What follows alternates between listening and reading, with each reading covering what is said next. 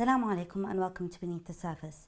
Joining us on the show is Nashashebi, an award-winning journalist and analyst on Arab affairs. Thank you very much for joining us. Thank you. Terrorism is mainly seen as a political inequity. Do you agree? Well, I think there are many different causes of terrorism, but I think more fundamentally, there is not a universal definition of terrorism. So the phraseology, the concept is really open to interpretation. That different countries use the issue of terrorism for their own ends, and I think the fact that there isn't a universal agreement on its definition means that it's a very divisive issue. As the saying goes, one man's terrorist is another man's freedom fighter. So there are many causes of terrorism, but also there is a lack of a very definition of the term. Do you think if we were to define the word terrorism, it would change people's perception of terrorists? I think it would still be a contentious subject I don't think it would stop different countries or parties pursuing wars on terror, which are now the in thing at the moment. Everyone has their own war on terror going on. I don't think that would stop them. These governments would then find ways of fitting their war on terror into this universal definition of terrorism. I think that's what they would do. They would suddenly become very creative and say, well, yes, you see, our opponents are still terrorists even under this agreed upon definition. But unfortunately, there have been attempts, UN attempts, for example, to have a universal definition, and obviously, there are different parties who say no, that doesn't agree with our definition. So as long as that's the case, you're going to have different wars on terror going on at the same time with different definitions, different strategies, and different targets. How did terrorism become more global? Well, globalization. I mean, that's brought many benefits and also disadvantages, particularly in this day and age with the rise of social media, of the internet, of satellite broadcasting. All these mediums have sprung up that have allowed different groups, whether they're terrorists or not, depending on definition, to have instant global reach. And you have now, each jihadist group, for example, one after the other, is more media savvy, tech savvy than the previous one. ISIS in particular has become very adept at using social media platforms for its own benefit. So I think, whereas before the advent of the internet and satellite broadcasting and all that, the conflicts were more localized, but that doesn't exist anymore. Anyone and everyone, whether you're an individual or a government or a party or a group, has the potential for instant global audience. Do you think we can actually blame a religion for extremism and for terrorists? No, I mean, again, one of the misconceptions.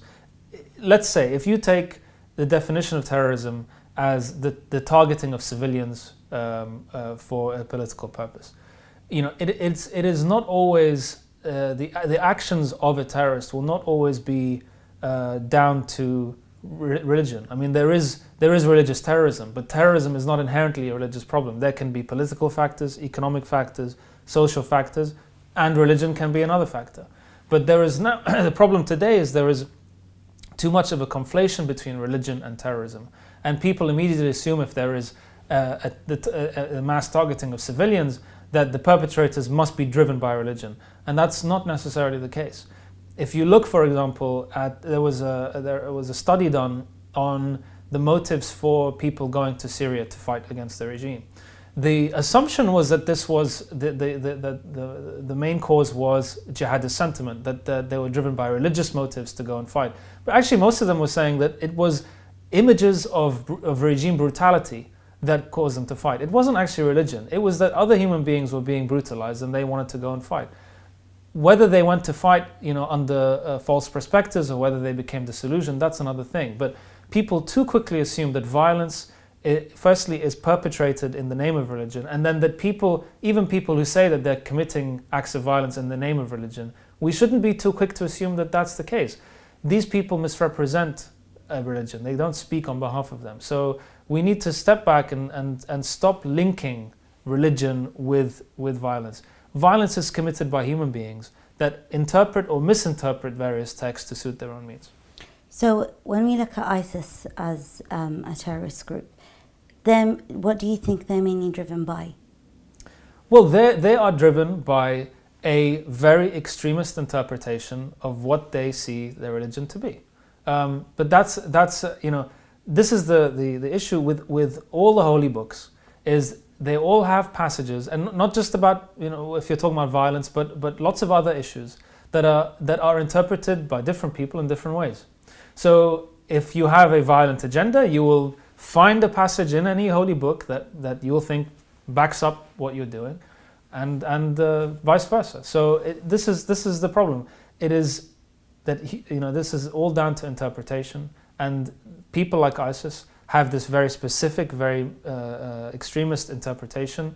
They use the same book to justify their actions, as people opposed to them say that they are violating that book. It is down to people's interpretation. So I don't think religion per se is the problem, is the cause of violence. It is people's interpretation to justify their acts of violence. So just like what Tariq Ramadan said, that it's always goes down to the reader. Like Yes. if the reader is violent themselves, when they're gonna be reading the holy book, they're just gonna be seeing violent interpretations other than seeing the holy and the spiritual aspects of Absolutely, the holy and book. it's not just about religion and holy books. You can you can look at constitutions. There are governments act in ways that some people will say violate a constitution. The government will say no, this is within the constitution.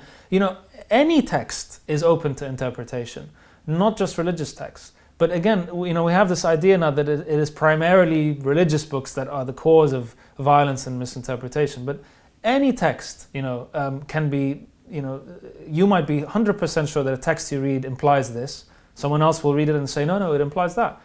So that's the problem. It is humans that misinterpret to justify their means and their agendas, and this is what it boils down to. So just like the West, for example, because they do have a law book where they state, as a government, as a British government, they will not take acts on terror, and if they were to, then the taxpayers wouldn't need to really pay their tax, as that money isn't going for the country, it's going to war. And you do have like groups in the UK which don't pay their taxes because of what the government is doing. Do you think that it's kind of like similar in a way? Well, it's interesting you raise the point of the law, because the entire basis of the legal profession is you have, in any court case, you have two parties with lawyers who are both arguing that their case abides by the law. So, even this fundamental issue of legal systems in countries are contested every single day by the profession that stands up for the law.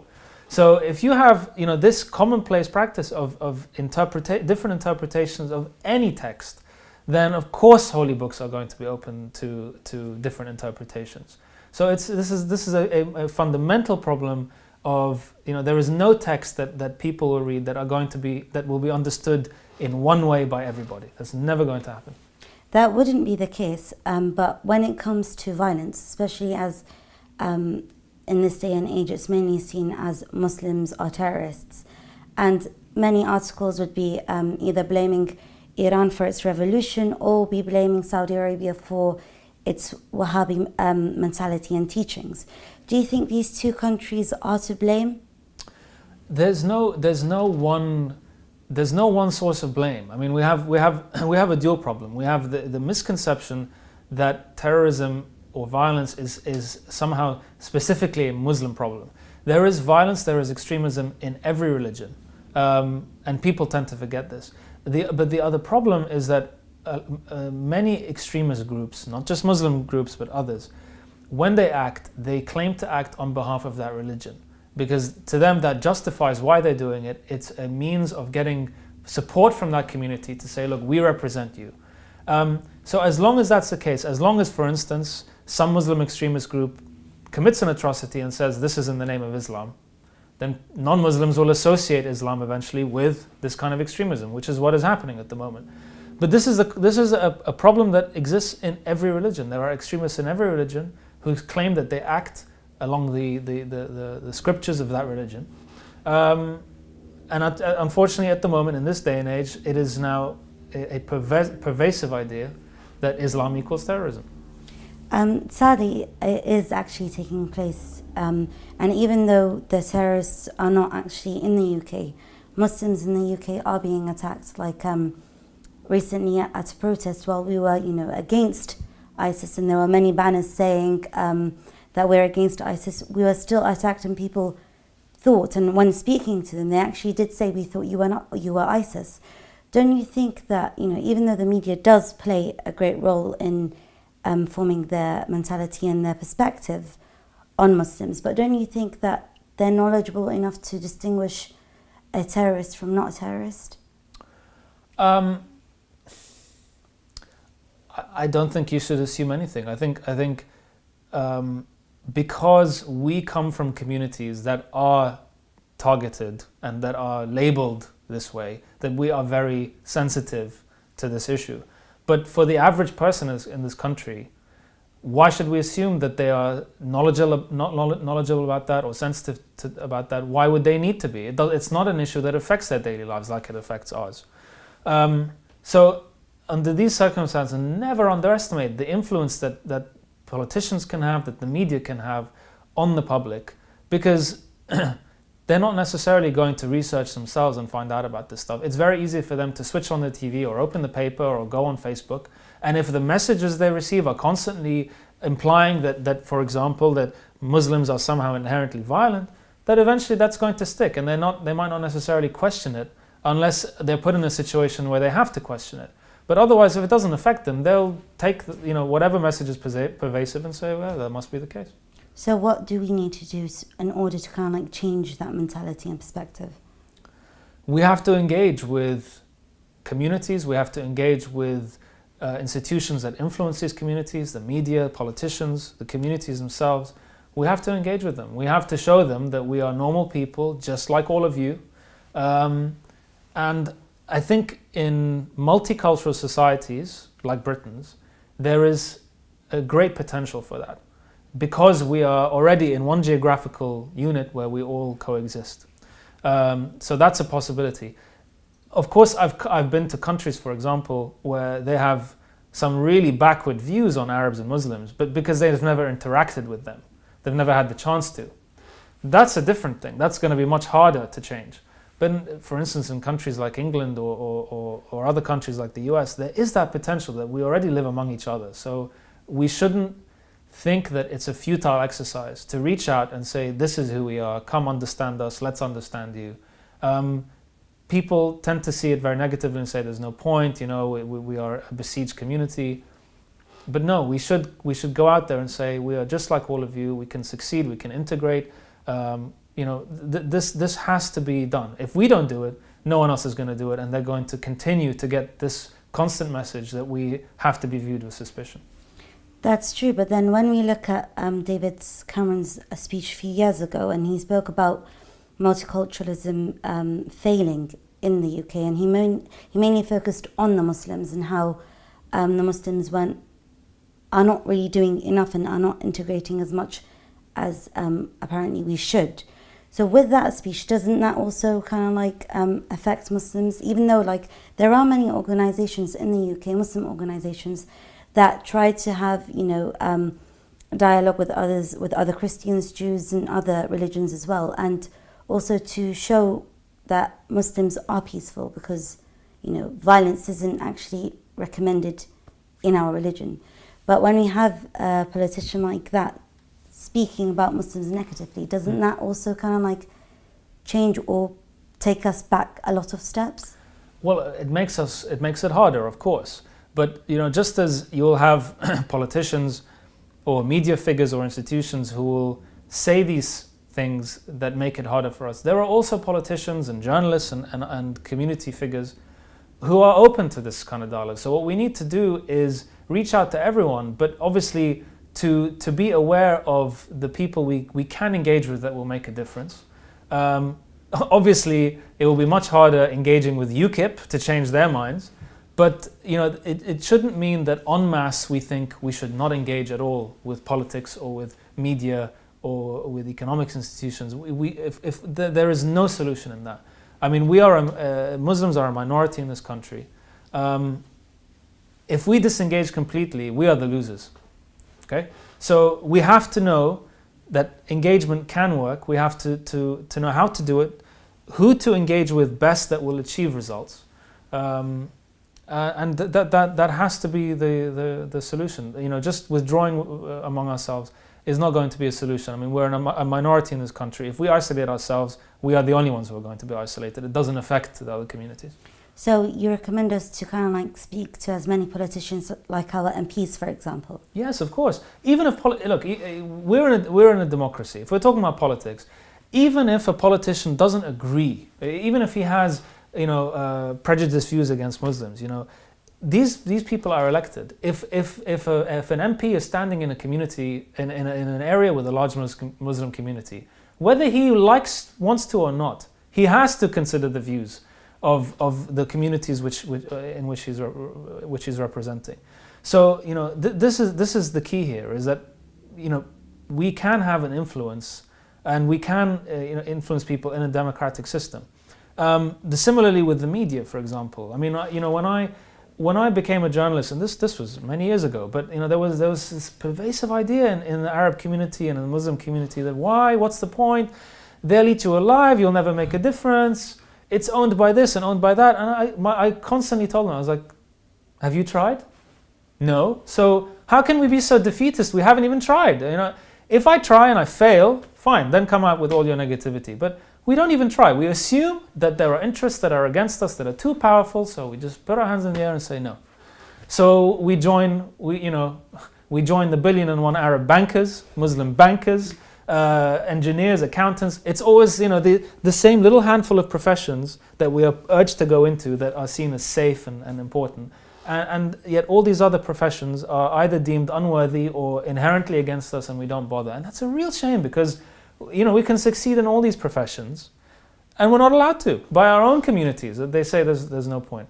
We have to get over this culture of negativity and defeatism, that we're just as capable as anyone else to succeed in any profession that we want to, whether it's in politics or in the media or comedy, acting, anything. We can succeed. And if you look at the community now, you have Muslim MPs, you have Muslim media figures.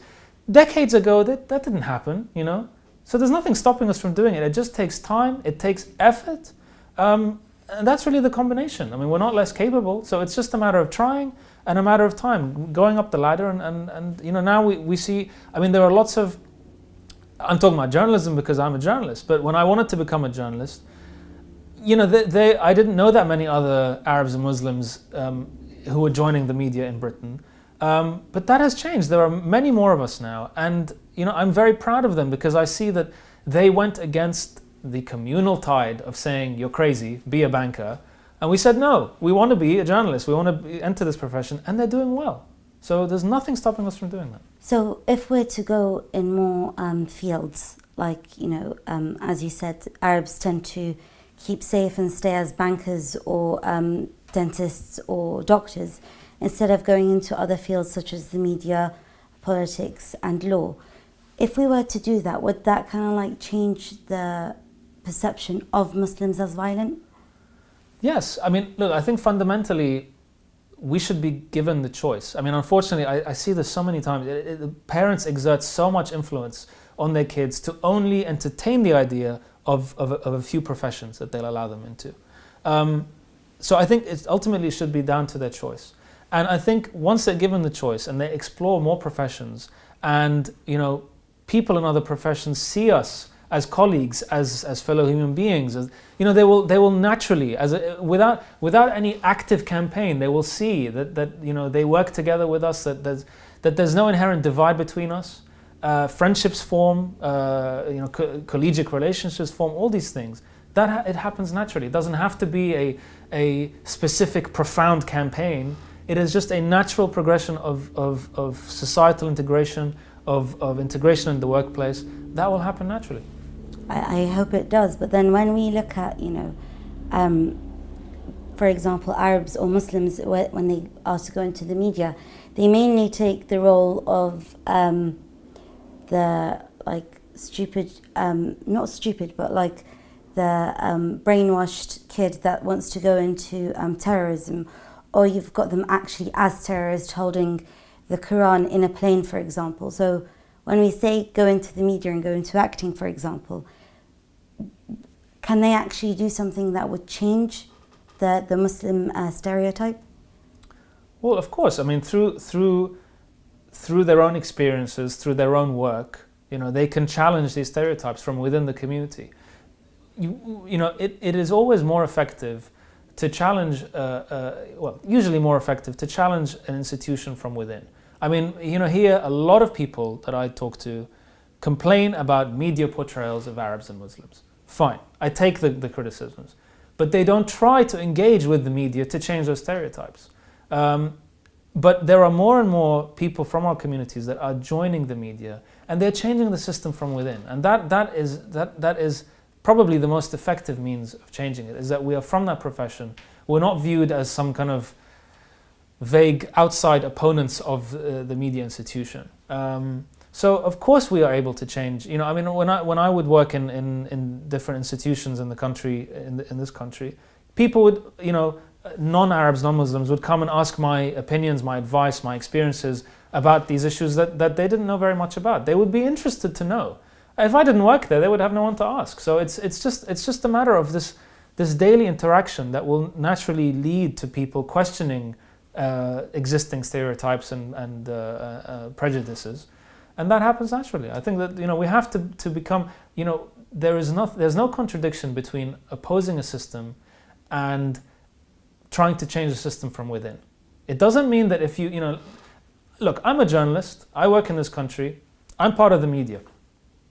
I'm fully aware of all the problems that the media has as a profession, as an institution. I'm fully aware of the distortions that are often made about Arabs and Muslims in the media. But I'm also able to challenge those perceptions and change them from within because I'm part of that institution. There's nothing contradictory about that. I'm not a sellout. I'm still part of the media. I can still criticize because I'm more aware than outsiders about the inherent problems that the media faces, but I'm also in a better position to change it because I'm part of that profession. But then when you've got people like Bill Maher that would keep saying that Muslims are terrorists, Muslims are violent, and so forth, and then what can you do with that? Just criticize him? Well, yes, I mean, you can criticize, but that's not a little thing. I mean, there is a growing voice, not just among Muslim communities in the West, but also among Muslims in those various professions, that, we can criticize. We can criticize, eloquently, effectively, and not just that. I mean, if you take the example of Bill Maher, people will look at that and look at the negative and say, someone with such a platform in America can say this about Muslims, and look at the effect it has. Then look at the other side. You have sitting next to him a major Hollywood figure, Ben Affleck, who really stuck his neck out in an industry where speaking out against this stuff can be career risking. He stood up and said that this view is repugnant, that Bill Maher's view is not correct.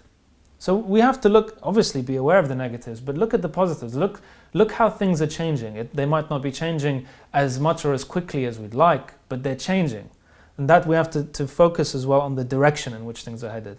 Yes, we have problems, but in terms of our community, of our voice in the West, of the growth of our institutions in the West, of our integration, all these things are changing. And of course there are hurdles.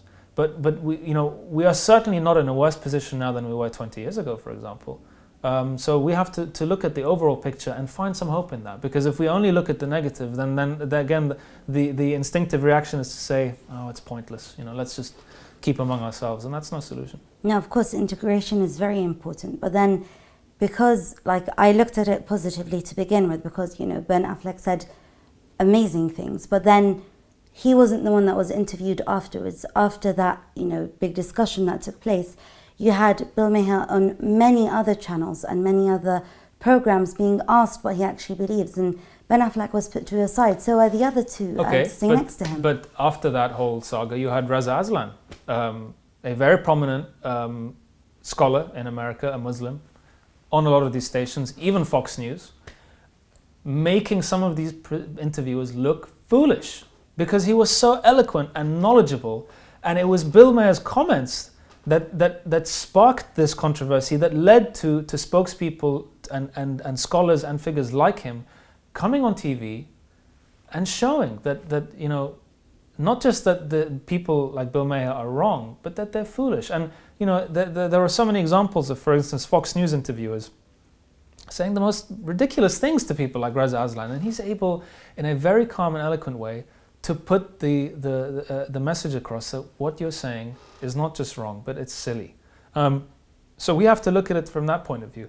Is we have more and more spokespeople. Look, 20 years ago, we didn't have any spokespeople in the West with national platforms to make these kind of statements. We do now, you know. That's true, but 20 years ago we weren't targeted as much as we are today.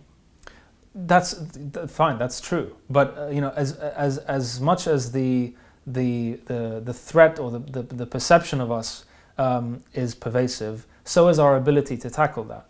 And I don't think this is going to. I mean, I tend to look at this in terms of the experiences of other communities in this country that were here before us. If you look at of blacks, of Irish, Jews, you know, they all experienced the same things. When they came to this country, they were also viewed the same way we were. This isn't a Muslim problem. There's nothing that we are being accused of that other communities weren't accused of when they joined. And look at them now. They are totally accepted parts of the community. There's no question about it. There's no question that they could revert to this era where they'd be called into question. That's going to happen with us too. There's nothing different about that. We are able to have the same experience. And that's what I look at, the experiences of other communities. Again, the point of this not being a Muslim issue specifically is the experience of East Europeans. In the last 10 years, there's been a big influx in Western Europe, for example, of East Europeans. And a lot of the suspicions and accusations and perceptions are exactly the same as the ones we face, that we take people's jobs, that we, you know, that we are untrustworthy, you know, blah, blah, blah. They're the same thing as well. So it's not a Muslim issue. It's a problem of new communities in countries that are not used to these communities. Eventually they get used to them. With time, with integration, with growth, with finding our own voices, that changes. So maybe like if another community was to then be targeted, it will just be put to a side? Well, I mean, I don't think it's a case of whether another community gets targeted. It's a question of time. Of, you know, if a community is given enough time in a country where then they're not seen as outsiders, where they are seen, where if Muslims are seen as just as British as anyone else, that's a matter of time, and that will happen. It's not about whether, you know, if people find another scapegoat that we can say, oh, thank God, now they're criticizing someone else. It's not about that. It's just finding our time to be an accepted part of this community. You know, we are still a very new community. People forget that. By and large, our generation is the first generation born and raised in this country. My parents and all my friends' parents, they came from the Middle East.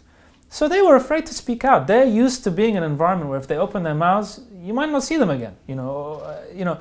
So they're afraid to speak out. They're afraid to go on demonstrations. They you know, out of fear of their own status in this country.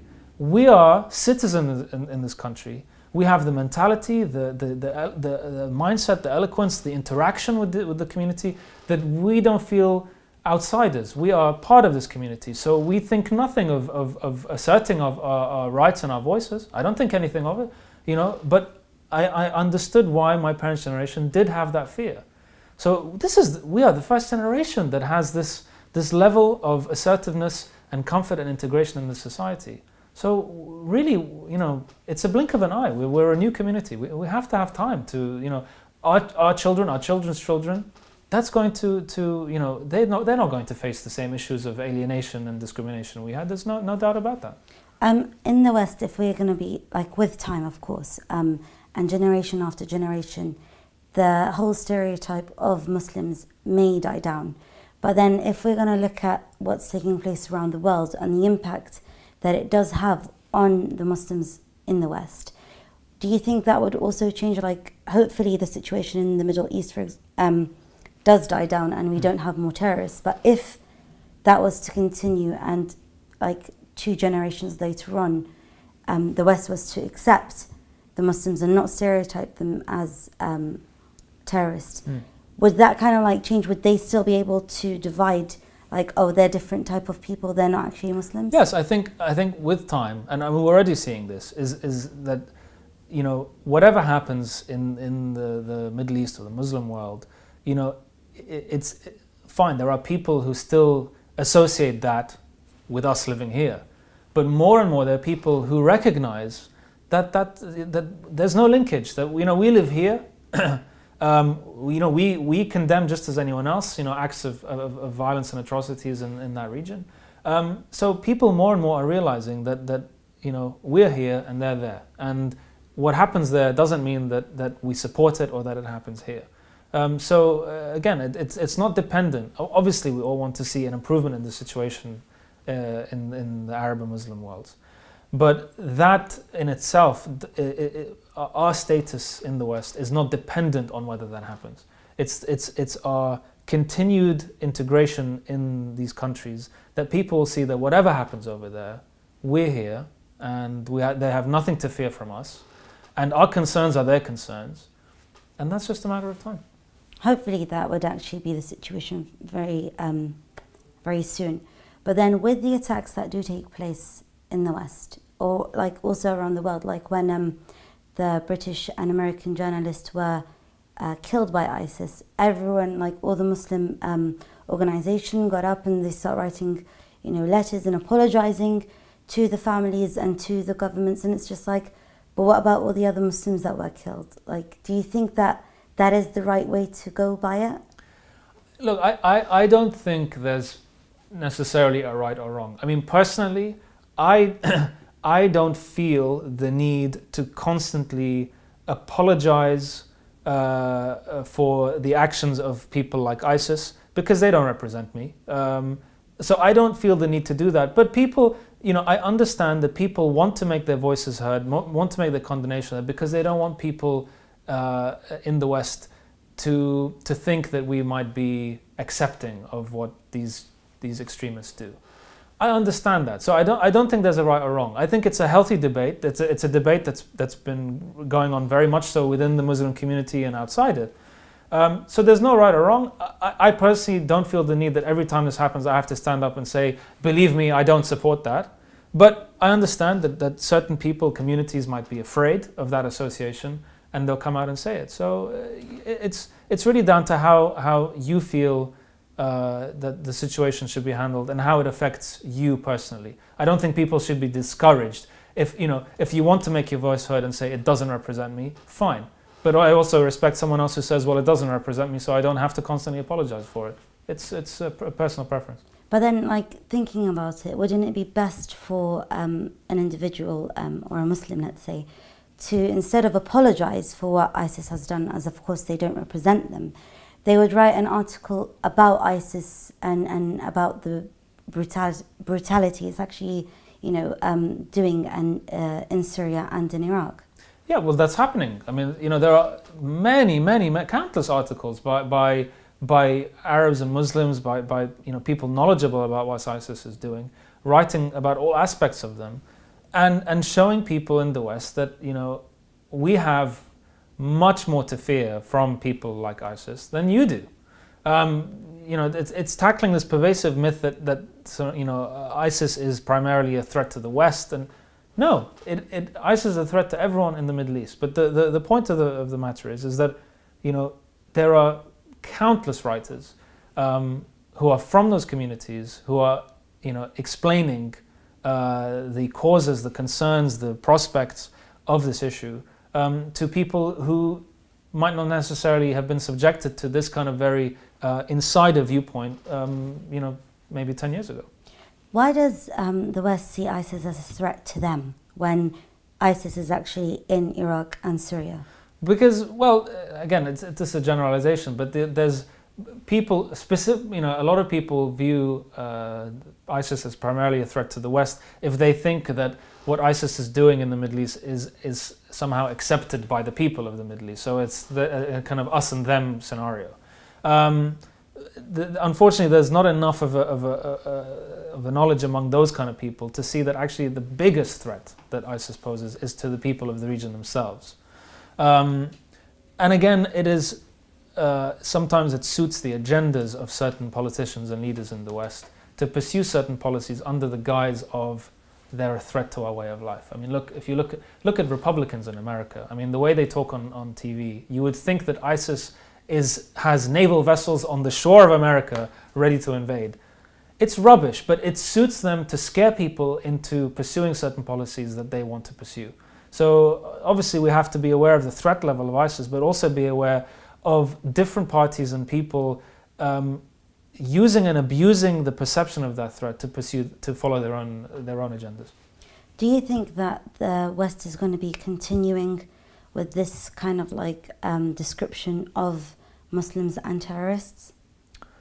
For the meantime, of course, there are still going to be people who hold that view, but there are more and more people who no longer hold that view or who never held that view. So I think it's a matter of a shift. That the shift is taking place. It's going to take a long time, and we'll never get to a stage maybe where everyone has gotten rid of this idea that Islam equals violence. Maybe we won't ever get to that stage of utopia.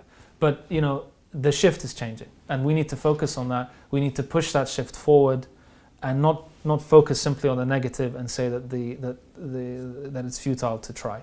I have absolutely no doubt that in the next generation and the generation after that will look at our experience of integration in this country as a struggle that meant that they didn't have to struggle that same way. Hopefully for the next generations it will be much easier. Thank you very much for joining us on the show. Thank you. And thank you very much for watching. See you next time on Beneath the Surface.